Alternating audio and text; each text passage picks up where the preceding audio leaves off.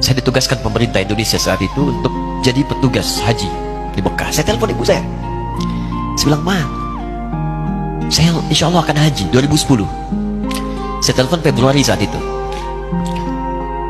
Saya dengar suara, terbayang wajahnya indah, senyuman, bahagia. Alhamdulillah, nak. Kapan berangkat? Tahun ini insya Allah. Saya bilang, dan saya tidak akan pernah berangkat kecuali mama pun akan berangkat. Terdengar nada pesimis tapi senyum. Dari mana katanya? Allah akan kasih, saya bilang. Saya sedang bekerja, berusaha karena Allah. Mustahil Allah akan sia-siakan gitu. Berapa butuhnya? Porsinya 25 juta. Kapan harus ada? Bulan Juni. Ya, dari Februari ke Juni itu. Ya, Juli bukan Juni, Juli. Ya, jadi saya masih ingat bulan 7, 5 bulan tuh. Saya ibu, Pak, nabung saya. Saya beli tabungan, saya niatkan untuk ibu saya haji. Bulan Juli masih setor 25 juta. Jadi semua tabungan masukin situ. Ada yang ngajar ngasih, masukin situ. Masukin semua. Tepat sepekan sebelum itu kemudian didaftarkan, saya buka tabungan. Allahu Akbar, karunia Allah luar biasa. Tadi butuh berapa? 25 juta. Begitu dibuka, Masya Allah, 1 juta. Karena beasiswa nggak banyak, 1 juta. Tapi 3 hari sebelum daftar, entah dari mana ibu-ibu pengajian di KBRI datang. Ustaz, ibu katanya mau haji juga ya? Ustaz mau haji ya? Ibu ikut ya? Sudah nggak usah dipikirin, nanti kami yang pikirkan semuanya. Tiba-tiba dikirim, bayar porsinya di sana, dapat koper paling besar. Bayangkan, tadinya kopernya belum datang, telepon lagi, nak koper belum datang katanya. Saya bilang, Ma, tenang aja, apa hajinya nggak jelas ini? Tidak jelas, saya bilang, insya Allah. Ya. Nah, cuman beritanya berbeda. Begitu saya telepon lagi, Ma, gimana bisa? Nah, telah keluar pengumumannya. Kapan, Ma? 2013. Loh, kan saya haji 2010, nggak bisa, harus 2010. Lihat kalimat ibunda saya. Nah, jangan pernah mengambil hak orang lain. Allah kasih 2013, Alhamdulillah. Saya bilang, Ma, kita tidak harus mengambil hak orang lain, tapi kita meminta kepada Allah yang memanggil kita. Boleh jadi Allah akan berikan tambahan kuota pada tahun ini. Doa lagi, minta, datang ke masjid.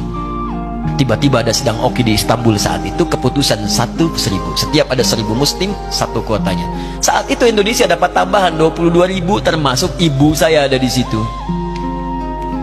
Ya, acara malam Al-Qadar 27 Ramadan, malam masih ingat betul, saya jadi MC dengan rektor pada saat itu.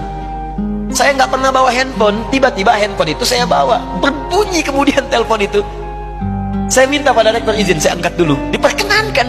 Saya kemudian ke belakang masjid, saya angkat. Tiba-tiba saya dengar suara sudah menangis. Nah, katanya, kenapa, Ma? Alhamdulillah, Mama bisa haji. Ternyata kuota itu termasuk ibu saya. 5 bulan, Pak. Enak biasa. Nggak bayar tambahan, nggak ada macam-macam, bisa berangkat.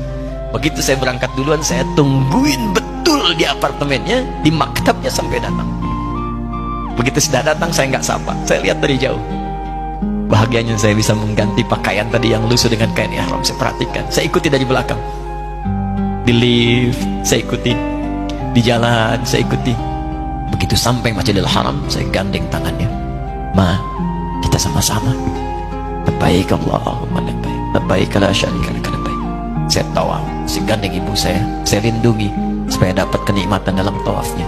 Begitu saya rasakan bagaimana Sayyidah Hajar bekerja keras untuk Ismail. Saya balas di situ. Saya gandeng tangan yang kanan. Saya minta pada Allah, muliakan ibu saya, Allah muliakan ibu saya, muliakan, berikan saya kesempatan membahagiakannya. Cuman yang kanan digandeng, yang kiri kosong, karena sudah tidak ada. Jadi ketika Anda belajar pun untuk menjadi ulama, Allah akan muliakan Anda.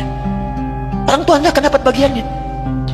Yang hafal Quran itu Musa, yang bisa haji bapak ibunya. Kemarin saya jadi Amirul Hajj dari kedutaan Saudi berangkat, membawa 350 orang rombongan. Siapa yang saya bawa? Ahli Quran, yang hafal Quran anak-anaknya. Ahmad Kamil yang haji, pengajarnya, murabbinya, ibunya, temannya, banyak yang berangkat. Yang berangkat siapa? Calon ulama. Dijadi ulama itu jangankan sudah jadi, kalau benar caranya, baru bergerak pun Allah pasti akan jaga. Kalau benar caranya. Di satu pertanyaan tadi, pilih mana orang soleh atau ulama? Jangan pisahkan. Karena jadi ulama itu adalah tingkat tertinggi bagian dari orang saleh. Jadi mesti ada yang jadilah di keluarga. Pilih satu, mungkin ahli Quran, dua ahli hadis, yang lain dunia, tapi dunia diniatkan membantu ibadah. Jadi arsitek buat bangun masjid, bangun pesantren, pahala banyak. Insya Allah akan dibuka oleh Allah.